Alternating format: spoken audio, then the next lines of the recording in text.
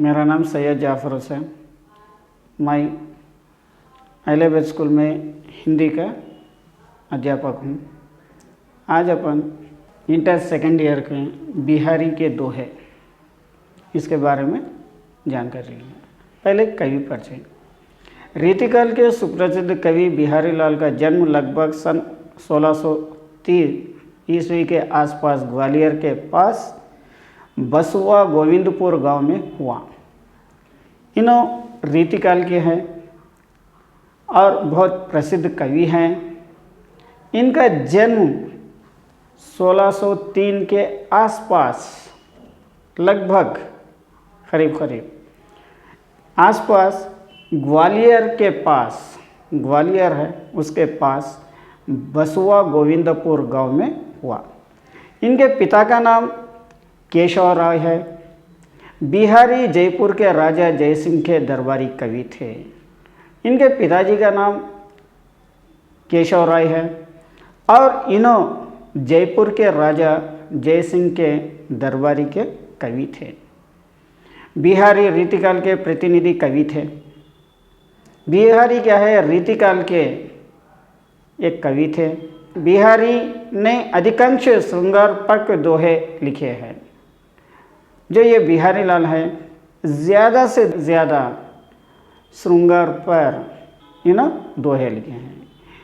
इनके अतिरिक्त भक्ति और नीति के दोहे भी लिखे हैं। इसके अलावा ये श्रृंगार के अलावा भक्ति और नीति ये दोनों भी दोहे लिखे गए हैं। बिहार की रचना में भाव पक्ष की अपेक्षा कला पक्ष का भी सुंदर निर्वाह हुआ है। इनके रचनाओं में, बिहारी की रचनाओं में भाव पक्ष यानी एक अच्छे तरफ का पक्ष रखना और उसके अपेक्षा कला पक्ष भी एक सुंदर तरीके से लिखा गया। इसलिए कहा जाता है कि बिहारी ने गागर में सागर भर दिया है। इसलिए एक कहावत भी कहते रहते कि गागर में सागर। ये बिहारी क्या है, गागर में सागर यानी हर एक चीज़ को भी निचोड़ के रख दिया है। उनकी भाषा ब्रज भाषा है। बिहारी लाल की भाषा ब्रज भाषा है। बिहारी जयपुर नरेश के दरबार में रहकर काव्य रचना करने लगे। वहाँ उन्हें पर्याप्त धन और यश मिला। बिहारी क्या है, जयपुर के राजा के दरबार में काव्य रचना करते थे यानी पोएम्स ये लिखते थे और वहाँ पे उनको पर्याप्त धन, उनको जितना बोले उतना धन मिलते गया। 1664 में वहीं रहते हुए उनकी मृत्यु हो गई। 1664 में उन्होंने राजा के दरबार में रहते हुए उनकी मृत्यु हो गई 1664। बिहारी अपनी रचना सत्साई से बहुत प्रसिद्ध हुए। यहाँ पे अब उनका साहित्य योगदान क्या है ये देखेंगे। जो बिहारी लाल है उनकी रचना सत्साई उससे बहुत प्रसिद्ध हुए, बहुत मशहूर हुए। ये मुक्तक काव्य है। इसमें 713 दोहे संकलित है। इनका जो काव्य है मुक्तक है, इसमें 713 दोहे लिखे हुए हैं। बिहारी सत्साई प्रेम भक्ति और नीति की अत्यंत प्रसिद्धि और अनूठी कृति है। ये बिहारी सत्साई प्रेम भक्ति के बारे में, प्रेम और भक्ति और नीति इसके बारे में प्रसिद्ध और अनूठी कृति है। भक्ति एवं नीति के मार्मिक दोहे बिहारी ने लिखे हैं। भक्ति और नीति के जो मार्मिक मोरल है वो दोहे इन्होंने लिखे हुए हैं। इसमें अलंकारिक चमत्कार और भाव सौंदर्य दोनों हैं।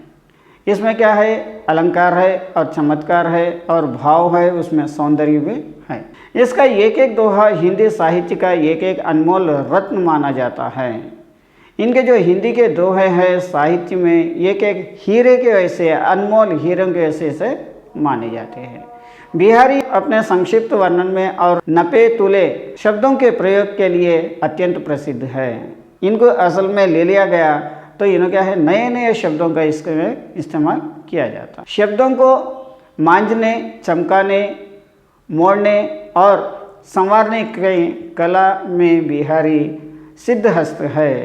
शब्दों को पूरे उसे खंगाल के, उसे चमका के, उसे जोड़ने में, उसे संवारने में बहुत अच्छे माहिर कवि है। अब अपन दोहों के बारे में देखेंगे। पहला दोहा, मेरी भाव भादा हरोय राधा नगरी सोय, जा तनकी झाई पैरय श्यामु हरित हित होय। ये पहला दोहा है। इसका अर्थ क्या है? इसका भाव, चतुर राधा सांसारिक पीढ़ियों को दूर करती है। चतुर यानी होशियार, होशियार जो राधा है उन्हों सांसारिक यानी ज़िंदगी के जो परेशानियाँ हैं उसको दूर करती है। वो इतनी प्रभावशाली है कि उनके पीले रंग की परछाई पड़ने मात्र से श्याम रंग को श्री कृष्ण उज्जवल हरे रंग में बदल जाता है।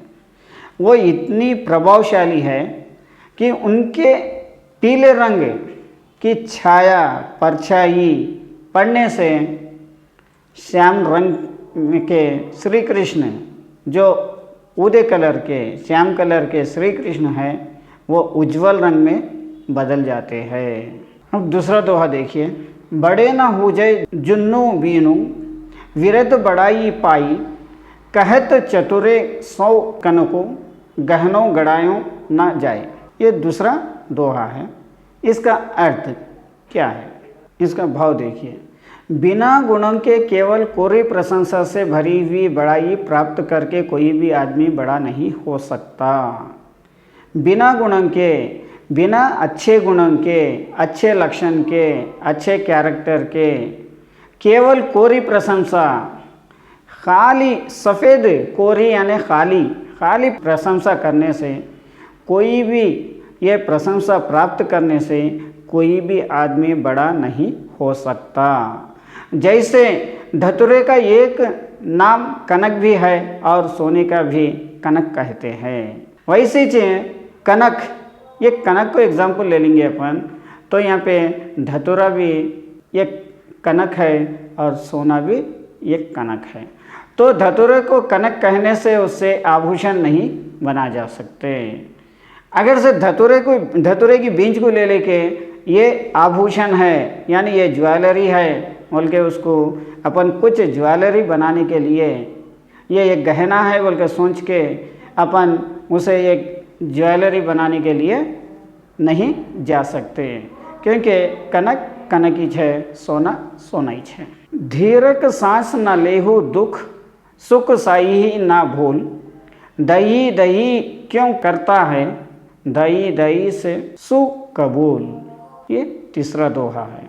इसका मतलब देखेंगे, इसका भाव क्या है। तो दुख में दुख भरी लंबी लंबी सांस ना ले तदा सुख में परमात्मा को मत भूल।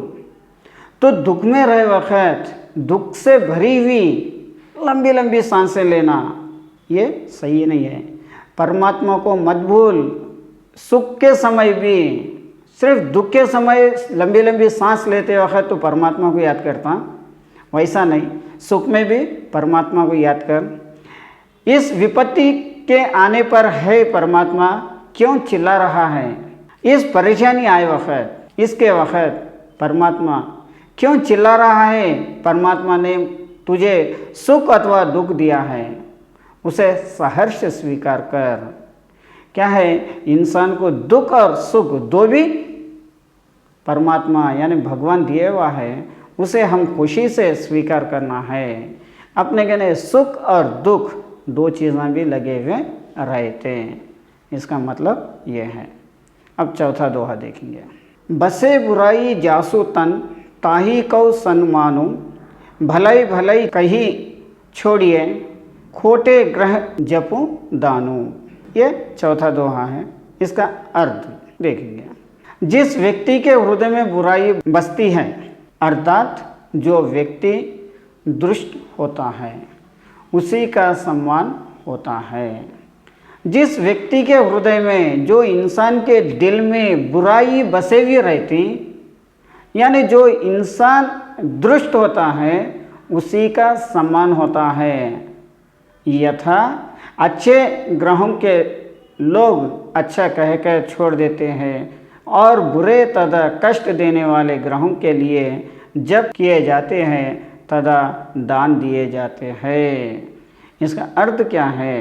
तो अच्छे ग्रहों के लोग यानी अच्छे लोग अच्छाइयों को छोड़ के चले जाते हैं, और बुरे लोग क्या है? कष्ट देने वाले यानी दूसरों को परेशान करने वाले ऐसे लोग जब किए जाते हैं, यानी उनके लिए दुआएं दिए जाते हैं तथा दान दिए जाते हैं। जो बुरे इंसान के लिए दूसरों को दान भी तकसीम किया जाता है। यह चौथा दोहा है। अब पांचवा दोहा। अति अगधु अति औथारो नदी कूप सारु बाई, सो ताको सागरो जहाँ जाकी प्यास बुझाई। ये पांचवा दोहा है। इसका अर्थ क्या है ये देखेंगे। इसका भाव ये है कि नदी, कुआं, तालाब, बावड़ी चाहे जितनी अगध हो, ये चीज़ों में जितने भी चीज़ें हो, चाहे जितने उथले जिसके प्यास है जिसको बुझे, क्या है जितने भी लोगों के लिए जितना भी प्यास हो दो इन लोग बुझाते रहते हैं। उसके लिए वही सागर है। कोई आदमी के लिए वही एक सागर है। नदी, कुआं, तालाब, बावड़ी चाहे जितने भी रहने दो, ये सब एक सागर के समान है। अब छठवां दोहा। बढ़त बढ़त संपत्ति सलीलु मन सरोज बड़ी जाई, घटत घटत सुना फिरी घटे बरो समलु कुम हिलाई। ये छठवां दोहा है। इसका अर्थ क्या है ये भी देखेंगे अपन। संपत्ति रूपी पानी के बढ़ते रहने पर मन रूपी कमल भी बढ़ता जाता है। संपत्ति यानी पैसा, पैसा पानी के जैसा जैसा बढ़ते हुए रहता है, उसका मन रूपी कमल, उसका दिल भी कमल के जैसा बढ़ते हुए जा रहा। अर्थात इसका मतलब मन में अनेक प्रकार की लालसाएं बढ़ती जाती हैं, दिल में कई कई किस्म के ख्वाहिशां जुड़ते जाते हैं, किंतु संपत्ति रूपी पानी के घटने पर मन रूपी कमल घटता नहीं। लेकिन संपत्ति, अपने पास का पैसा अगर से पानी के वजह चले गया, घट गया, तो भी अपना जो दिल, कमल के फूल का जैसा जो दिल है वो घटता नहीं, बल्कि समूल नष्ट हो जाता है। ये तो घटता नहीं लेकिन पूरा नष्ट हो जाता। कुमलाही का मतलब क्या है? मुरझा जाना, यानी पूरी तरीके से मुरझाना या नष्ट हो जाना, इस तरीके से हो जाता। अब अपन सातवां दोहा देखेंगे। समय समय सुंदर सबे, रूप कुरूप न कोय, मन की रुचि ज्योति चितोय, तीत तेती रुचि होय। ये सातवां दोहा है। इसका अर्थ ये भी देखेंगे। इस संसार में कोई भी वस्तु सुंदर अथवा असुंदर नहीं है। ये दुनिया में कोई भी चीज़ खूबसूरत और बदसूरत नहीं है, वरना अपने अपने समय पर सभी वस्तुएं सुंदर बन जाती हैं। कौन सा सुंदर है, कौन सी बदसूरत है, अपन नहीं बोल सकते। टाइम के लिहाज से वो चीज़ें जो भी है अपने को सुंदर बन जाते हैं। मनुष्य की जिस वस्तु के प्रति जितनी अधिक प्रीति होती है, इंसान को जो चीज़ के ऊपर ज़्यादा ख्वाहिश होती है, वो उसे उतनी ही अधिक शोभा समयक दिखाई देगी। वो चीज़ उसको ज़्यादा खूबसूरत दिखाई देती। जो इंसान पसंद करता है, ज़्यादा प्रेम करता है, वही चीज़ उसको शोभा देती है। अब आठवां दोहा। ये बिहारी का आखिरी दोहा है। देखिए। या अनुरागी चित्त की गति सूंझे नहीं कोई, ज्यों ज्यों बूढ़े स्वयं रंग, त्यों त्यों उज्जवल हो। ये आठवां दोहा है, अंतिम दोहा है। उसके बारे में अपन भाव देखेंगे। कृष्ण के प्रेम में डूबे हुए मन की स्थिति निराली होती है। कृष्ण के, श्री कृष्ण के प्रेम में, मोहब्बत में डूबे हुए दिल की स्थिति अलग होती है। ईश्वर के प्रेम में जितना डूबते हैं, यानी अल्लाह के, भगवान के प्रेम में जितना डूबते हैं, हमें उतनी ही उज्जवल स्थिति को प्राप्त करते हैं। अगर से अपन ईश्वर को प्रेम करते हैं तो अपने में भी उतनी ही स्थिति, उतनी ही खूबसूरती, उतनी ही स्थिति अपने में प्राप्त होती है।